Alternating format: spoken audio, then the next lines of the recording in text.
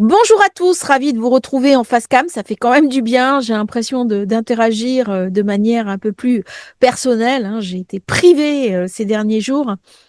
Bon, passe à autre chose. Nouvelle lune de janvier, dimanche 18. Elle se déroule en Capricorne avec un énorme amas, très gros stellium, entre le Capricorne et le Verseau. Alors déjà là, ce qu'on peut dire, accumulation énorme d'énergie, trop d'énergie. Quand j'ai trop d'énergie, ça va amener quoi? Ben, ça va amener une rupture de bloc. Donc, ceux qui sont de ce côté-là, ceux qui sont de ce côté-là. Et ça amène toujours des frictions, des mouvements tectoniques de plaques, au sens symbolique, au sens réel, risque de tremblement de terre, risque de secousse tellurique, risque de rupture, tous les niveaux, alors que c'est une carte qui est relativement positive. Mais avec cette intensité-là, ce stellium, c'est ce qu'on a vu dans les cartes 2024. On avait beaucoup de stellium, beaucoup d'accumulation dans certaines zones. Et à chaque fois, il y a eu des événements mondiaux qui sont arrivés qui n'étaient pas très réjouissants, même s'il y a des beaux aspects. Donc ça va encore bouger, hein, c'est ce que j'avais dit. Début janvier, ça allait démarrer très fort. C'est une carte où, au niveau politique, les grands équilibres sont en train d'être revus. La lunaison se fait au degré 28. Alors tout de suite, on va regarder ce degré 28 dans un paysage solitaire, un étang au bord duquel gît dans l'herbe une statue de femme comme un beau corps allongé. Ça fait penser à des gisants. Ça fait penser à, malheureusement, des personnes qui sont jonchées sur le sol. Et il y a dans cette image qui est très belle, mais qui est très dérangeante, une menace. L'autre degré est un peu plus calme, une belle femme assise sur un escabeau. Le degré 28, c'est aussi le degré 298. Le degré 298, c'est un degré d'avertissement. Pourquoi? Parce que j'ai un choix à faire, qui est bien montré par le côté Verseau et le côté Capricorne. J'ai d'une part un prédateur, une prédation, une ombre, quelque chose de d'opaque, quelque chose qui va attaquer, et d'autre part l'intelligence, la royauté, la gloire au plan mystique, n'est pas forcément au plan humain. Et donc j'ai un choix à faire entre deux chemins diamétralement opposés, puisque c'est une lunaison qui va me parler d'exigence, qui arrive en rupture avec les précédentes, parce que Saturne va bientôt changer de signe, et je suis invitée au bien, à l'éthique, à un changement de cap. C'est donc une période qui vient m'amener une forme d'avertissement parce que, en parallèle, j'ai un astéroïde qui est Astraea, qui est la fin d'un cycle de décadence et qui m'invite à un ordre plus juste. On est dans les déesses stellaires, la déesse des étoiles, et on est sur le chemin de la lumière. Et pour entrer dans ce chemin de lumière, je ne peux pas y aller en trichant. C'est pas possible. Du coup, j'ai un avertissement qu'une justice karmique est en train de se mettre en place. Cette justice karmique, elle est liée à un renouveau de Saturne, qui est la planète la plus importante de cette lunaison, puisqu'elle vient toucher en trigone tout ce stellium, et elle va donner son énergie à tout ce stellium. Par contre, attention, c'est une carte de nuit. Donc l'énergie envoyée par Saturne même si elle est positive et même si c'est un sextile, je ne pourrai pas en disposer comme je l'entends. Ça va me demander un effort. Ça va me demander d'aller au-delà de mes résistances et ça va me demander de m'engager pour la question du juste. La question du juste, de la justice, du rééquilibrage des forces est une question cruciale avec cette lunaison qui s'oppose à Jupiter, le besoin de protection, qui de toute façon, lui, n'est pas écouté, n'est pas entendu, n'est pas reconnu, des souffrances d'ailleurs que l'on entend beaucoup en France, c'est cette instabilité, ces attaques, cette peur, consciente, inconsciente, peur du quotidien, la peur dans son foyer, qui vient attaquer tout ce stellium.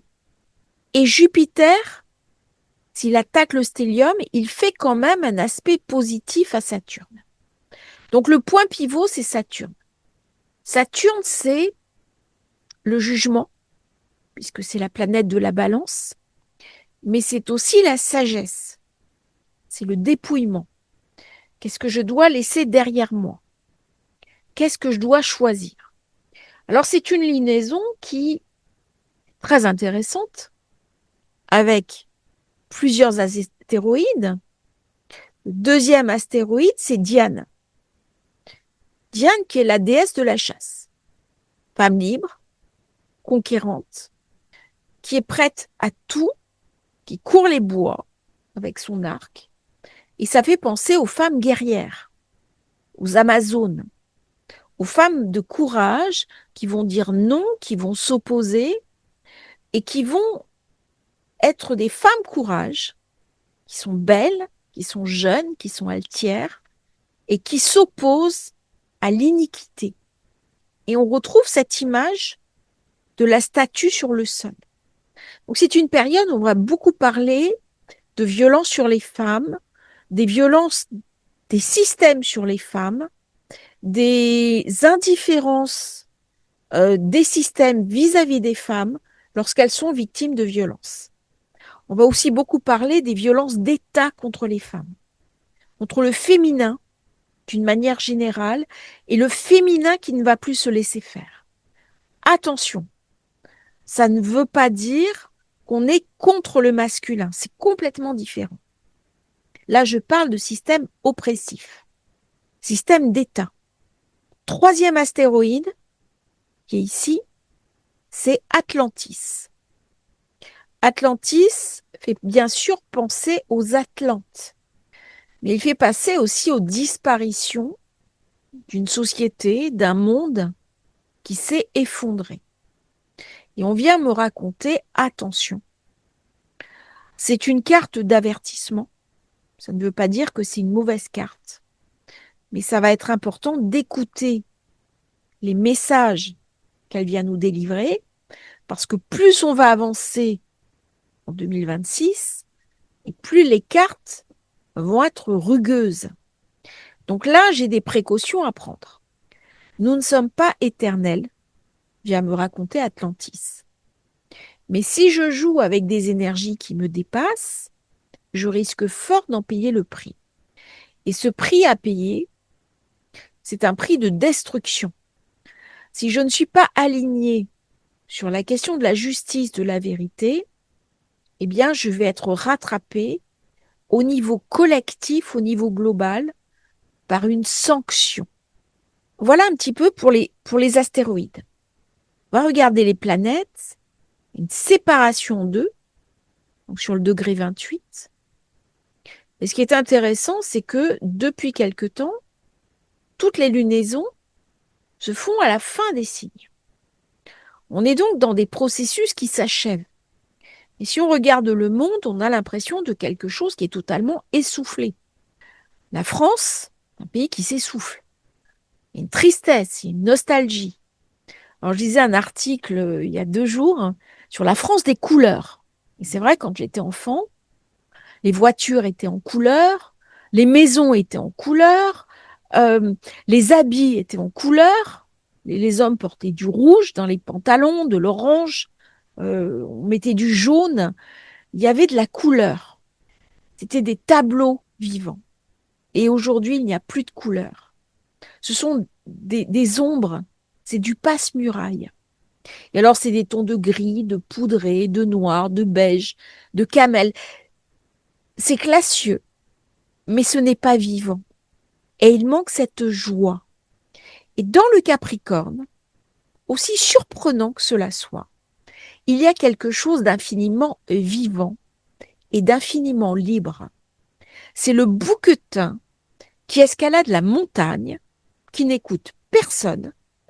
C'est impossible de dire à un Capricorne ce qu'il doit faire. De toute façon, il n'acceptera pas. Il y a toute une communication à mettre en œuvre avec les personnes du signe du Capricorne, parce que si elles viennent vous voir pour écouter un conseil, elles sont très dans l'écoute. Par contre, ce sont des personnes, si vous donnez un conseil qui n'est pas sollicité, elles vont se rébiffer de manière très intense, parce qu'il y a ce besoin de liberté, ce besoin d'autonomie. Et c'est ça aussi que le Capricorne Verseau vient me raconter, quelle est ma liberté. Parce que le Capricorne rêve de ce Saturne en Verseau. Il rêve d'être libre. Il a besoin de sa liberté. Et la liberté va être une des grandes thématiques de 2026-2027, avec des systèmes qui se referment, d'autant plus que Uranus va passer en Gémeaux. La liberté, c'est quelque chose d'essentiel. Alors, on nous raconte un narratif comme quoi on doit choisir entre liberté et sécurité. Ce narratif est totalement faux. C'est une vue de l'esprit. L'utilisation de la sécurité pour empêcher la liberté est un détournement de la valeur uranienne. Et avec Uranus qui va arriver dans le Gémeaux, les peuples du monde vont avoir besoin de se désidentifier, de reprendre en main leur propre liberté, alors même que les systèmes se referment de plus en plus. Et la question va commencer à être posée à ce moment-là dans le Capricorne. Pourquoi le Capricorne? C'est le signe de l'élévation de la montagne, mais c'est aussi le signe des États, des systèmes étatiques. Alors, j'avais dit dans une vidéo que l'ONU, en 2026, serait en crise. Il va y avoir un discrédit apporté sur l'ONU parce que les décisions sont prises en fonction des tendances. C'est à géométrie variable. Et donc, c'est pas possible. Ça vient heurter les sensibilités.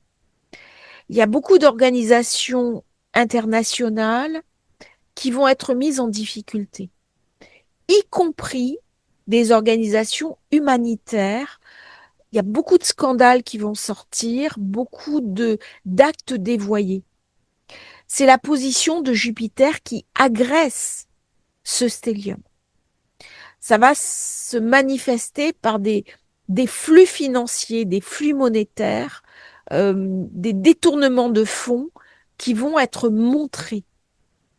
Et c'est un nettoyage que vient faire Uranus, que vient faire aussi Saturne. Saturne, il me présente l'addition. Et là, on est sur des additions présentées à des grosses institutions. À titre personnel, qu'est-ce que ça raconte? On vit dans un monde qui est très intense. On comprend plus très bien tout ce qui se passe.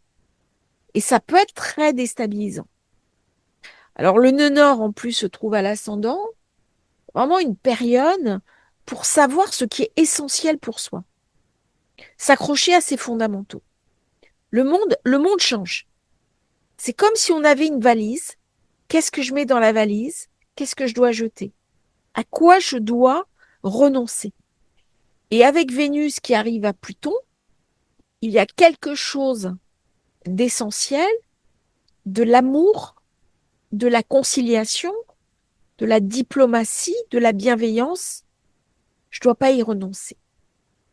Vénus-Pluton va être en Verseau une autre manière de conjuguer l'amour. On voit bien comment les alliances sont de plus en plus difficiles. La natalité est en chute libre. Mais c'est pas en disant aux femmes faites plus d'enfants que ça va résoudre les problèmes. Ça n'a jamais rien résolu.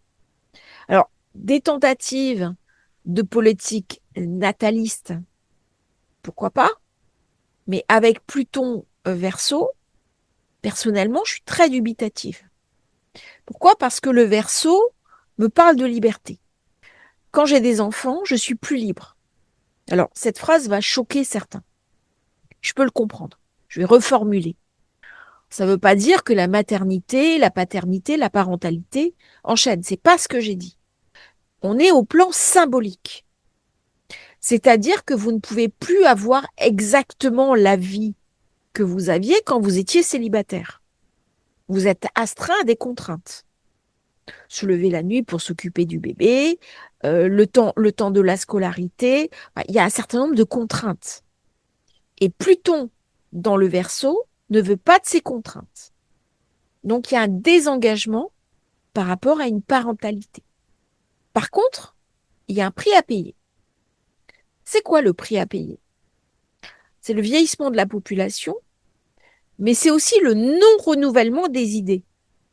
C'est-à-dire qu'on se retrouve avec une espèce de contrainte, ce qu'on va voir en, allez, je dirais 2026-2027. On a une augmentation des technologies. Dès qu'Uranus va être en Gémeaux, ça va exploser. Les robots, la robotisation, les taxis volants, technologie futuriste incroyable. Mais par contre, il y a un manque de renouvellement d'idées qui est amené par le souffle de la jeunesse. C'est la jeunesse qui amène le renouveau. Et c'est en ça que Mercure, parce que c'est l'octave inférieure d'Uranus, porte cette révolution uranienne. Les premiers à adopter la technologie, ce sont les jeunes générations. Après, viennent les anciens. Mais au départ, la révolution technologique, c'est Mercure, c'est la jeunesse. C'est une année où les choses vont aller très vite. J'ai un accélérateur. C'est-à-dire qu'on est sur une piste lancée. C'est un peu comme du bobsleigh. Vous êtes dans une bulle, sur une piste de glace, et vous devez vous accrocher. Et ça va être 2026-2027. Alors, c'est très motivant. Surtout si j'accepte ce principe. Les choses vont aller de plus en plus vite. Alors, j'ai parlé de Vénus, hein, Vénus-Pluton. C'est l'amour libre aussi, c'est les différentes manières de conjuguer l'amour. C'est le polyamour, Vénus en Verseau. Et si je reviens à l'amas Capricorne, donc les États, et on voit comment les États vont être attaqués, notamment par la population. On voit en France ce qui se passe au niveau du Mercosur. Alors, quelqu'un m'a posé la question hein, sur le Mercosur. Pourquoi je ne faisais pas une vidéo sur le sujet? J'attends la carte. Normalement, ça se signe ce week-end. Et j'attends la carte parce qu'il me faut les datas pour analyser une situation. Je ne peux pas l'analyser stricto sensu. Mais là, on a un éclairage. Pourquoi? Parce qu'on est dans un signe de terre. Le Capricorne, on est dans la tradition. Et Uranus est toujours dans le Taureau. Avec quoi? Algol, Méduse, la destruction. Et on comprend bien le risque de la période. On détruit l'agriculture en France. On détruit les agriculteurs en France. Ça semble incroyable. La France est un pays d'agriculteurs où nous avions une autosuffisance alimentaire que le monde entier pouvait nous envier. Vous avez des pays en ce moment comme l'Égypte qui font le maximum pour accéder à une autosuffisance alimentaire. Et la France est en train d'y renoncer. C'est un truc de fou. Alors, justement à ce sujet, Le Capricorne, c'est quoi? C'est l'administration. C'est le technocrate. Et on voit bien là comment il va être attaqué par Jupiter, c'est-à-dire c'est hors sol, hors sol. Et décisions qui sont prises, mais c'est aberrant. Et du coup, qu'est-ce que ça fait? Ça bloque les systèmes. Puisque ça devient tellement lourd, dense à gérer, technocratique, qu'il n'y a plus de liberté. Mais il n'y a plus de souffle. C'est le problème du Capricorne. C'est de se figer. C'est un signe de froid. S'il y a trop de froid, trop de contraintes, la Terre se verrouille. Et on ne peut plus avancer, on ne peut plus évoluer. Et il faudra donc un tremblement de terre pour que ça tombe. Quelle est la planète la plus importante de cet aspect? C'est Mars. Alors dès que Mars est dans une lunaison, il y a toujours des événements violents. Donc je pense que le conflit avec les agriculteurs, il n'est pas prêt de s'arrêter. J'avais fait une vidéo il y a quelque temps là-dessus, en disant même si ça s'arrête, ça va repartir derrière. Et c'est ce qui est en train de se passer. Titre personnel, c'est une belle lunaison pour régler des problèmes. Hein. Alors justement, je vous ai fait un astrojournal. Vous avez été très nombreux à le rejoindre et je vous en remercie. Donc là, vous avez la deuxième partie de l'astrojournal qui est disponible, plus des cartes de chance, pour vous aider justement dans cette période à prendre les meilleures orientations au meilleur moment. Donc si vous voulez rejoindre le programme, vous avez le lien dans la description. Mars, pour l'instant, ça va en Capricorne, mais peu à peu, il va se rapprocher de Pluton. Et là, ça va être explosif. Là, c'est un bidon d'essence et une allumette. Hein. Et dans ces configurations-là, Mars est hors limite. Alors, Mars hors limite, ça amène de l'effervescence. C'est une configuration, là, avec Mars qui amène de la colère, qui amène du ressentiment. Il travaille beaucoup, Mars. Hein. Mars, il travaille beaucoup. Il ne se pose pas de questions. Mais par contre, il veut être reconnu dans le Capricorne. Il en a marre d'attendre. C'est qu'est-ce qu'on a à régler? On règle les problèmes. On déboulonne les statuts. Donc, ce sont les grands de ce monde qui tombent, puisque ça attaque les États, les systèmes.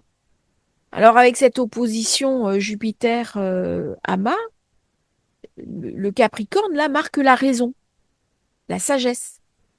Et le Cancer, ce sont les sentiments, les émotions. On ne peut pas tout avoir.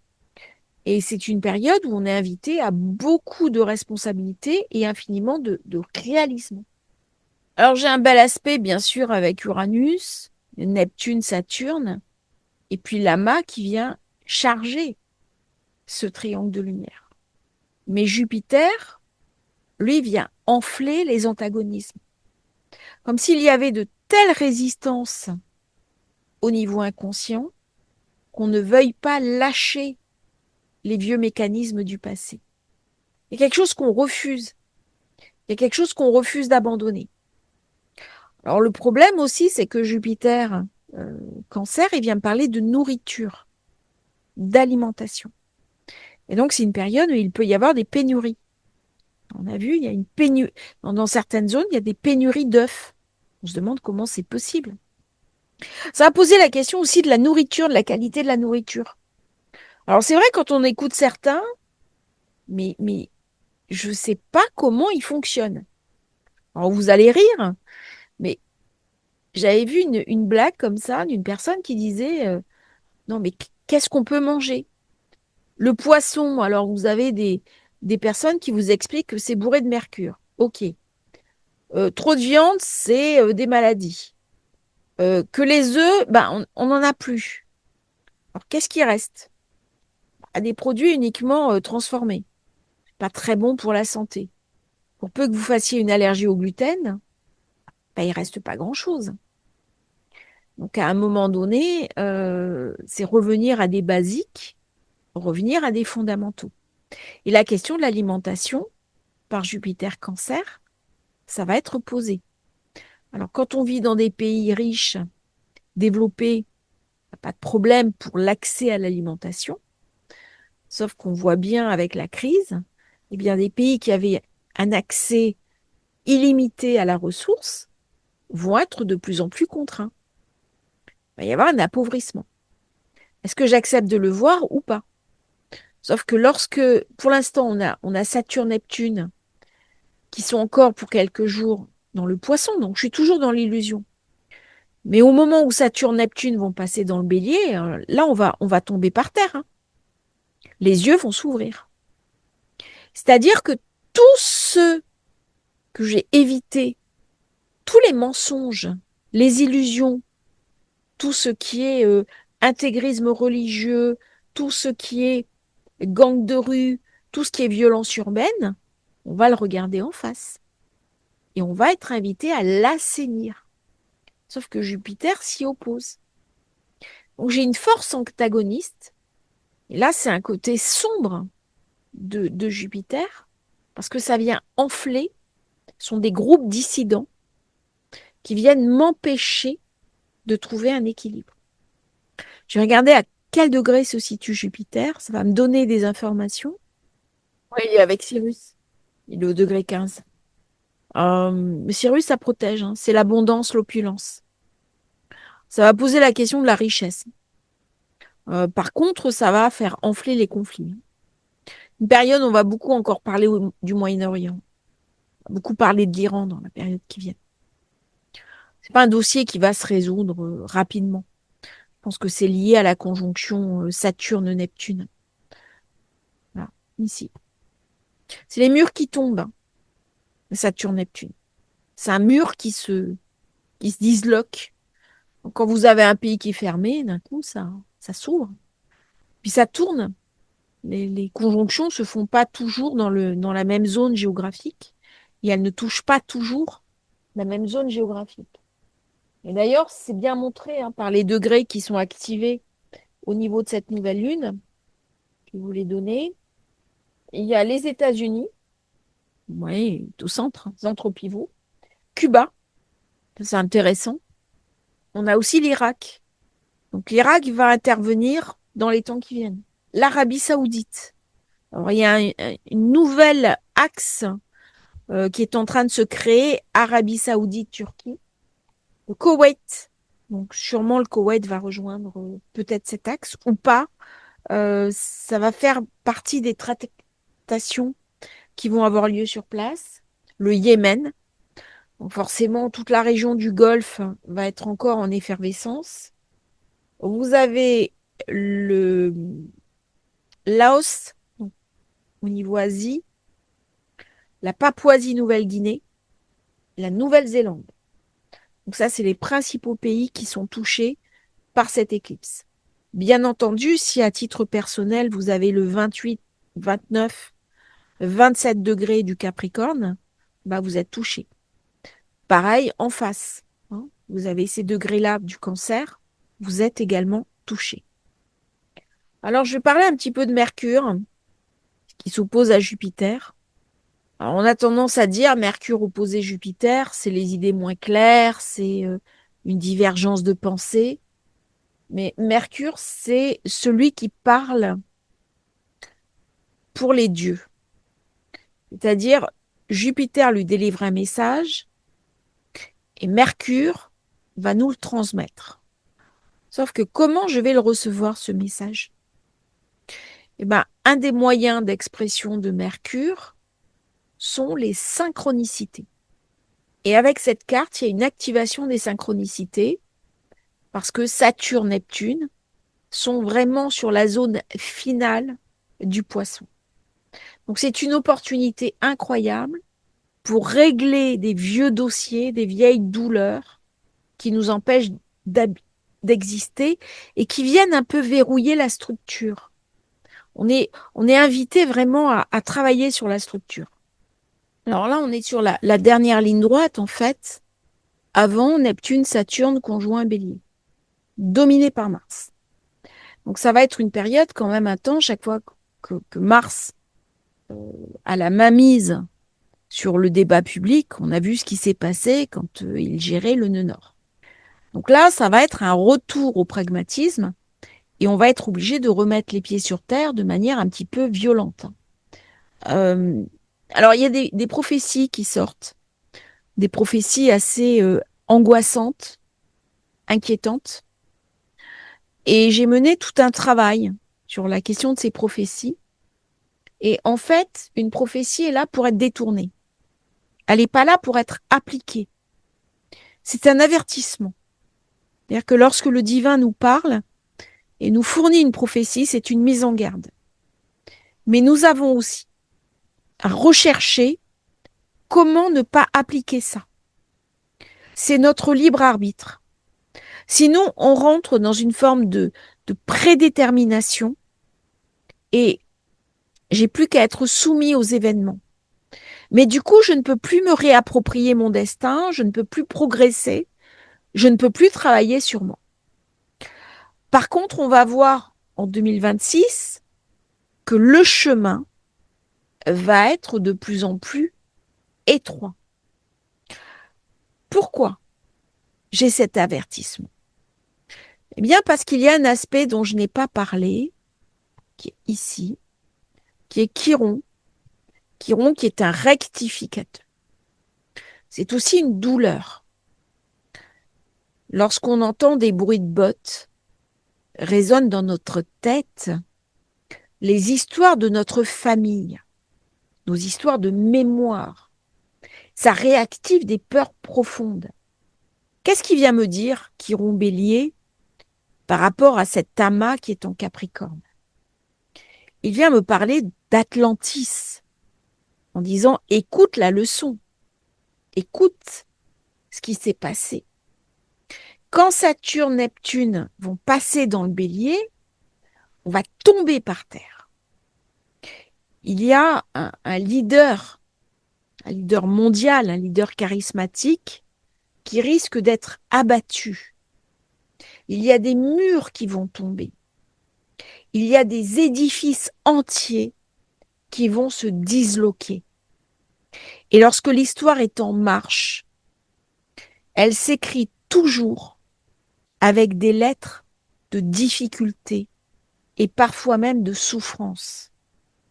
C'est très exaltant de voir l'histoire s'écrire, mais c'est aussi très cruel. L'histoire des hommes, l'histoire des êtres humains est une histoire douloureuse. C'est une histoire cruelle. C'est une histoire qui est difficile parce que quelque chose se délite. Et quand ça tombe, ça emporte tout avec soi. Au degré zéro du Bélier, on est sur un reset. C'est le degré le plus important du zodiaque. C'est là où tout commence. C'est là où l'enfant naît. C'est la naissance. Ça veut dire que là, nous sommes dans des soubresauts. Nous sommes dans des douleurs qui précèdent l'accouchement. Et une fois que l'enfant est arrivé, tout n'est pas simple. Il y a le cri, il y a les soins, il y a l'incompréhension. On est déphasé. Donc une fois que Neptune, Saturne seront de l'autre côté, il va y avoir quelque chose de très exaltant qui va se passer. Je me souviens, quand le mur de Berlin est tombé, j'ai des amis qui ont pris la voiture, qui y sont allés. Il y avait une fête, il y avait une joie. Ce n'est pas une conjonction triste, c'est une conjonction de libération. Il y a quelque chose d'exaltant, même si c'est difficile. Il y a quelque chose qui est au-delà de nous. C'est un peu ce qui se passe depuis quelque temps. On a l'impression d'être réduit à un destin, tous autant que nous sommes, qui tourne. Voilà. On a des vies équilibrées, on a des espoirs, des attentes, des espérances, mais on n'écrit plus l'histoire. Il n'y a plus un grand narratif qui vient nous transformer, qui vient nous pousser en avant. Là, on est aussi dans le mythe du héros. D'un coup, il va y avoir des personnalités qui vont sortir de nulle part et dont tout le monde va parler. Et cette force se nourrit en ce moment dans le Capricorne. N'oublions pas qu'on est en nouvelle lune, même si c'est difficile. Il y a quelque chose d'exaltant dans cette période. Alors les grands équilibres du monde vont être bousculés, les certitudes vont être déboulonnées, et c'est une carte qui ouvre vers beaucoup de surprises, d'autant qu'Uranus se trouve en zone 9. Par contre, l'addition va nous être présentée au nœud sud. C'est-à-dire le premier point, c'est mon passé. Qui dirige ce point? Ben, c'est encore Mercure. Par mon intelligence, par mon analyse, par mon travail sur moi, eh bien, je vais ouvrir d'autres portes et je vais permettre à des lumières d'exister. C'est une période qui va me parler aussi de lumière, de luminosité. Mais cette lumière n'est pas encore étincelante. Elle est quelque part cachée. C'est la lumière des glaces. Et lorsque tout cet amas, parce qu'en 2026, vous allez avoir une grande proximité entre Soleil et Vénus, Mars, vraiment quelque chose qui se met en place, qui vient travailler. Les planètes personnelles vont être très importantes. C'est elles qui aident, qui favorisent le passage, les prises de conscience, les avancées. Eh bien, c'est une carte pour se bouger, c'est une carte pour lever la tête, c'est une carte pour avoir un idéal, Uranus en 9, milieu du ciel qui est en Gémeaux, donc on est libre, libre de choisir, mais c'est une carte pour s'extraire justement de cette Vierge qui me parle de mon quotidien, qui me parle de cette répétition du quotidien pour aller au-delà vers quelque chose de plus grand que moi. Ça vient me parler du sens de la vie. Mais le sens de la vie, pour l'instant, il est idéalisé dans le poisson ou rendu impuissant parce que j'ai l'impression que c'est trop grand. Je ne peux pas y arriver. Et dès qu'il va rentrer dans le Verseau, là, il pourra être saisi, il pourra être concrétisé. Et ça sera le mois prochain avec justement cette conjonction Saturne-Neptune. Attendez-vous dans cette période à ce que les choses aillent particulièrement vite. Il y a de l'électricité dans l'air, c'est fulgurant. Les choses vont avancer en pif-paf. Ça va être une balle de ping-pong. Et cette rapidité va être un des facteurs marquants de 2026. Je vous remercie d'avoir suivi cette vidéo. J'espère qu'elle vous aura intéressé. N'oubliez pas de vous abonner à la chaîne, c'est très important. Et si vous voulez rejoindre l'Astro Journal, vous avez le lien dans la description. À bientôt pour un nouveau partage sur Astrologie Facile et merci à tous pour tous vos commentaires adorables. À bientôt.